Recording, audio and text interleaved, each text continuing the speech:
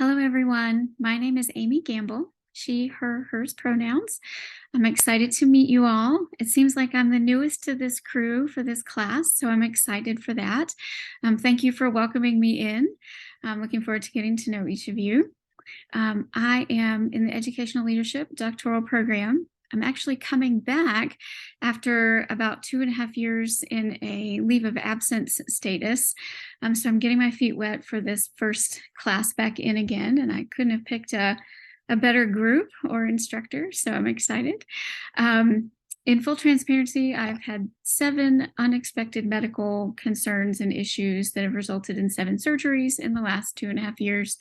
And I'm just now getting to where I'm cleared from my doctors to get back to some of the things that I love and back to life. So I'm excited to get started again, and I'm feeling whole for the first time in quite a bit of time.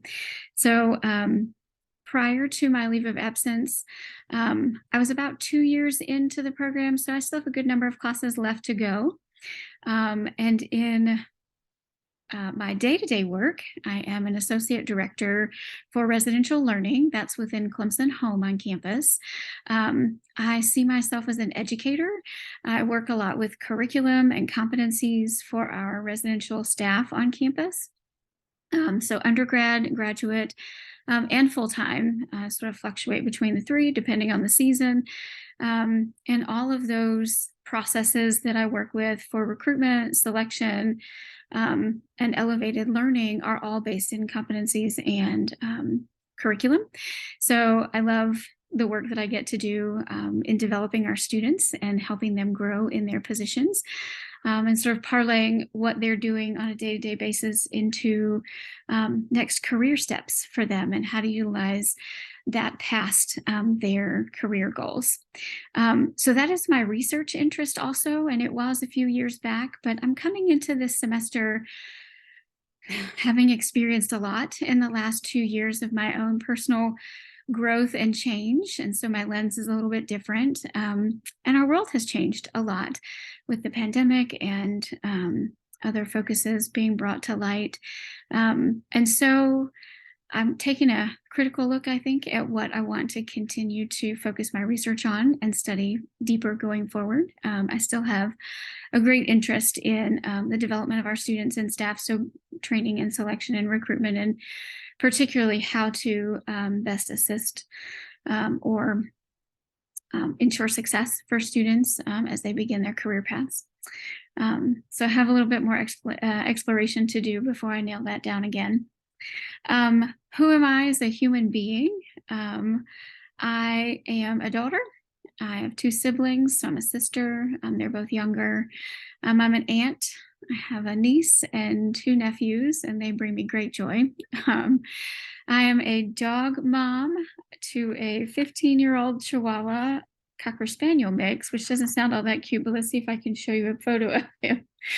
He's recently been diagnosed last March with jaw cancer, so his little crooked smile continues to change in his little cataract eyes, but he wasn't supposed to live past the summer, and he's a bit of a miracle lump of love, and I'm just going to love on him as long as he's with me. And so we have journeyed together these last few years through quite a lot. So that is who I am so far as relationally.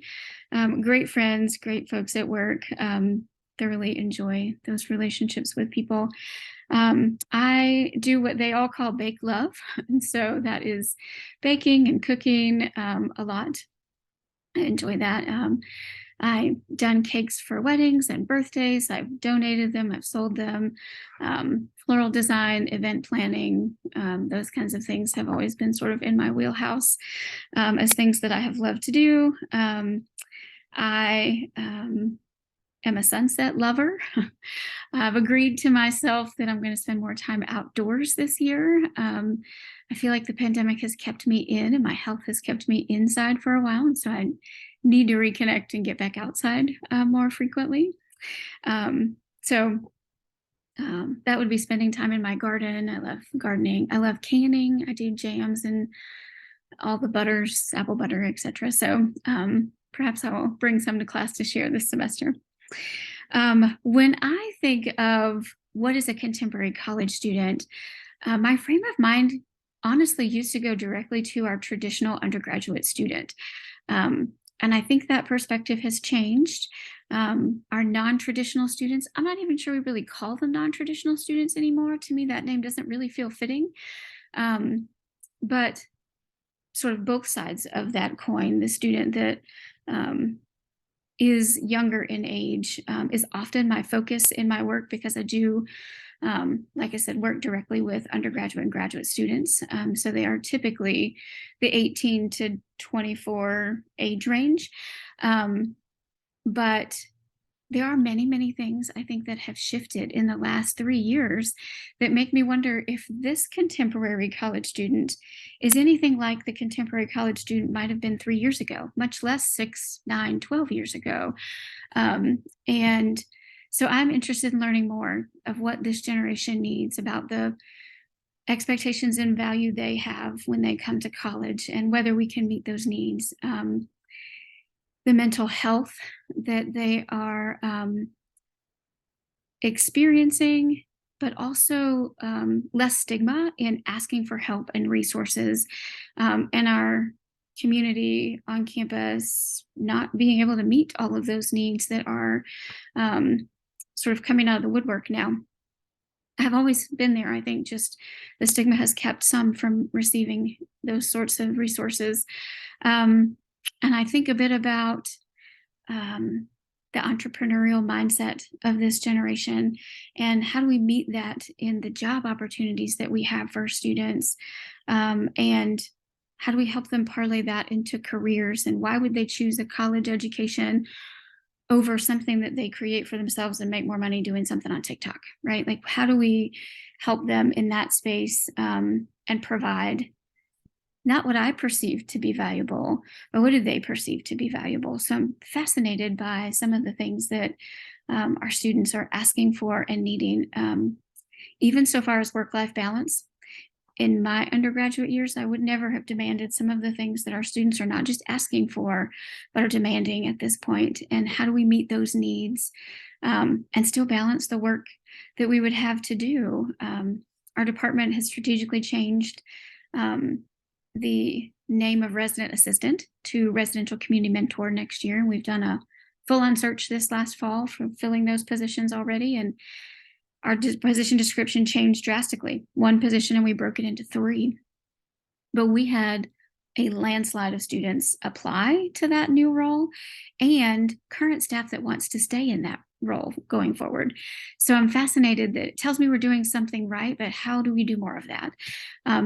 And moreover, how do I find some time to research and figure out what else they need? What else can we tap into? So those are also some of the things that I hope that we cover in class, and that we get to talk about deeply. I think DEI is a really foundational piece that we need to spend more time on, not as an add-in, but as a thread and foundation of our work. And I think that's happening, but Clemson is a little slow to do that, in my opinion. I'd like to see us do some things for our students and full-time staff in greater numbers, but how do we explore what that looks like to make it live off paper as a great proposal? What does it look like in action? So I think that might be all that I have to share, and I just thank you all so much, and I look really forward to meeting you tomorrow evening. Thanks for letting me join in. Hope everyone has a great evening.